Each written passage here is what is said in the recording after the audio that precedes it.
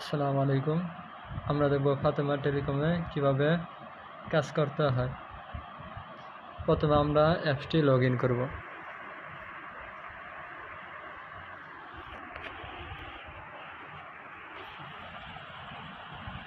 এখানে আমরা পিন দেব।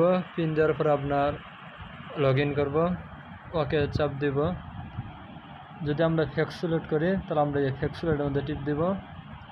টিপ দেওয়ার পরে এখানে আমরা যেই নাম্বার রিসার্চ করব ওই নাম্বারটি দেব। যেমন আমার নাম্বারটি হচ্ছে 01949403899257। এইভাবে আমরা এখানে টিপ দেব। আইকনে টিপ দেওয়ার পরে এইভাবে একটি নাম্বারের লিস্ট আসবে। এখানে আমরা যত টাকা রিচার্জ করতে চাই তত টাকা এখানে লিখব। উদাহরণস্বরূপ আমি এখানে আমার মোবাইলে 50 টাকা রিচার্জ করব। এখানে আমরা লিখলাম 50 টাকা। পরে আমরা এখানে টিপ দেব। আইকনে টিপ দেওয়ার পরে এখানে আমরা আমাদের পাসওয়ার্ড লিখব। এখন আমরা এই টিক চিহ্নটির মধ্যে আবার টিপ দেব। টিপ দেওয়ার পরে এখানে আমরা যদি এটা শেষ পর্যন্ত হয় তাহলে আপনার রিচার্জটা কি হয়ে যাবে, সাকসেস হয়ে যাবে। আচ্ছা, আমরা এখন দেখব যে আমাদের এই সফটওয়্যারে ফাতেমা টেলিকমে কীভাবে অ্যাড ব্যালেন্স করতে হয়। আমাদের সফটওয়্যার যদি আমরা রিচার্জ করতে হয় তাহলে আমরা কীভাবে রিচার্জ করব, অ্যাড ব্যালেন্সে টিপ দিব। অ্যাড ব্যালেন্সে টিপ দেওয়ার পরে যদি আমরা মেইন অ্যাকাউন্টে টাকা ভরি তাহলে আমরা মেইনের মধ্যে টিপ দেবো। আর যদি ডায়েবিটা করি তাহলে ডায়েবের মধ্যে টিপ দেবো। আর যদি ব্যাংকে টাকা পাঠাই তাহলে ব্যাংকে টিপ দেবো। আমি যেহেতু এখন বর্তমানে মেইন অ্যাকাউন্টে টাকা নিব তাই আমরা নেক্সটে টিপ দেব। এখানে আমরা দেখতে পাচ্ছি 3টি নাম্বার দেওয়া আছে। একটি হলো বিকাশ পার্সোনাল নাম্বার, ডি নগদ personal number, D rocket personal number. আমরা কি করব, এই নম্বরে আমরা বিকাশ, নগদ এবং রকেটে আমরা পার্সোনাল হিসাবে টাকা মারব। আমরা কোথায় থেকে টাকা মারব, বিকাশ থেকে। আমাদের এই যে বিকাশ নাম্বার, বিকাশ, নগদ, রকেট থেকে সেন্ডমানি করার সিস্টেমটা কীভাবে, যে এখানে আমরা পাসওয়ার্ড দিব। বিকাশের পাসওয়ার্ড দেওয়ার পরে আমরা সেন্ডমানির মধ্যে টিপ দেব।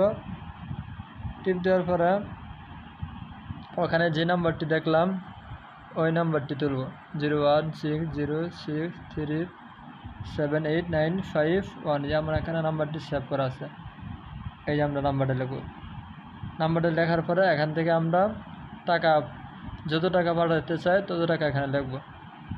উদাহরণস্বরূপ 1000 টাকা আমরা পাঠাতে চাচ্ছি, কিন্তু বর্তমানে আমার বিকাশে ব্যালেন্স না থাকার কারণে আমি টাকাটি পাঠাতে পারছি না। কিন্তু আমরা যারা এইভাবে বিকাশে টাকা পাঠাবো তখন আমরা দেখব কি ইনবক্সের মধ্যে যে সেন্ড মানির মধ্যে আপনার এখানে ট্রানজ্যাকশন আইডি, যে আইডিটা আসবে এই আইডিটা আমরা কপি করব। কপি করার পরে আমরা আমাদের অ্যাপসের মধ্যে এই ট্রানজ্যাকশন আইডির মধ্যে আমরা এই কপিটা আমরা ছাড়ব।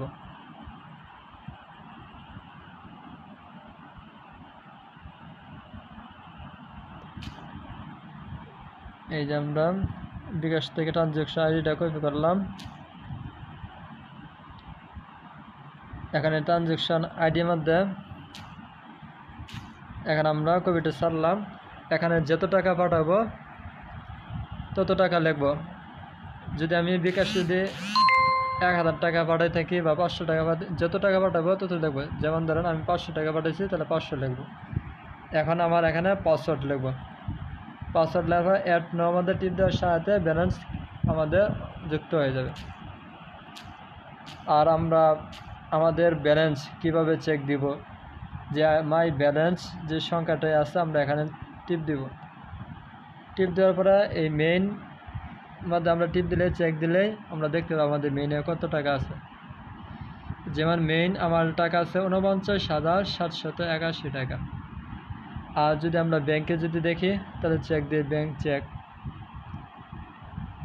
অর্থাৎ ব্যাংকে আছে আপনার 50,000 টাকা। আর যদি ডাইভে যদি চেক দেয় তাহলে আমরা ডাইভে টাকা দেখতে পারবো যে 20,100 টাকা, অর্থাৎ আমাদের যা অ্যাকাউন্টে যা টাকা থাকবে তা এখানে দেখাবে।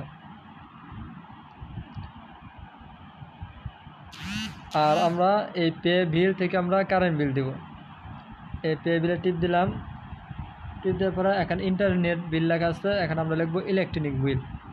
ইলেকট্রনিক বিল লেখার পরে এখানে যে অ্যাকাউন্ট নম্বরটা আছে কারেন্ট বিলে ওই অ্যাকাউন্ট নম্বরটা লিখবো।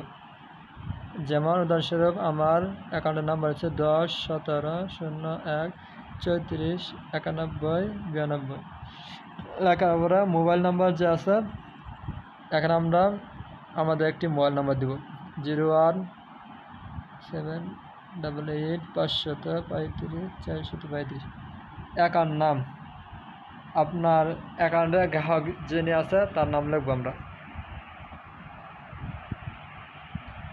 তারপরে অ্যামাউন্ট যত টাকা অ্যামাউন্ট আছে তত টাকা এখানে লিখবে, যত টাকা আপনার অ্যামাউন্ট আছে। আর কারেন্ট বিল এর লাস্ট ডেট কয় তারিখ ছিল এখানে আমরা লিখবো, নোটের মধ্যে লিখবো। যেমন আমার কারেন্ট বিলের লাস্ট ডেট হলো 25 তারিখ 05 25 তারিখ 08/2025। এটা আমরা লিখবো। লেখার পরে এখানে আমরা লিখবো আমাদের পিন দিব, এখানে আমাদের পিন দিব। দেওয়ার পরে এখানে সাবমিট টিপ দিলেই আপনার ইয়াস এবং নো বের হবে। ইয়াস এবং নো বের হওয়ার পর আমরা ইয়াসে টিপ দিলেই আমাদের কারেন্ট বিলটি চলে যাবে। শেষ, আমাদের কারেন্ট বিলটি সাকসেস হয়ে গেল। ধন্যবাদ সবাইকে।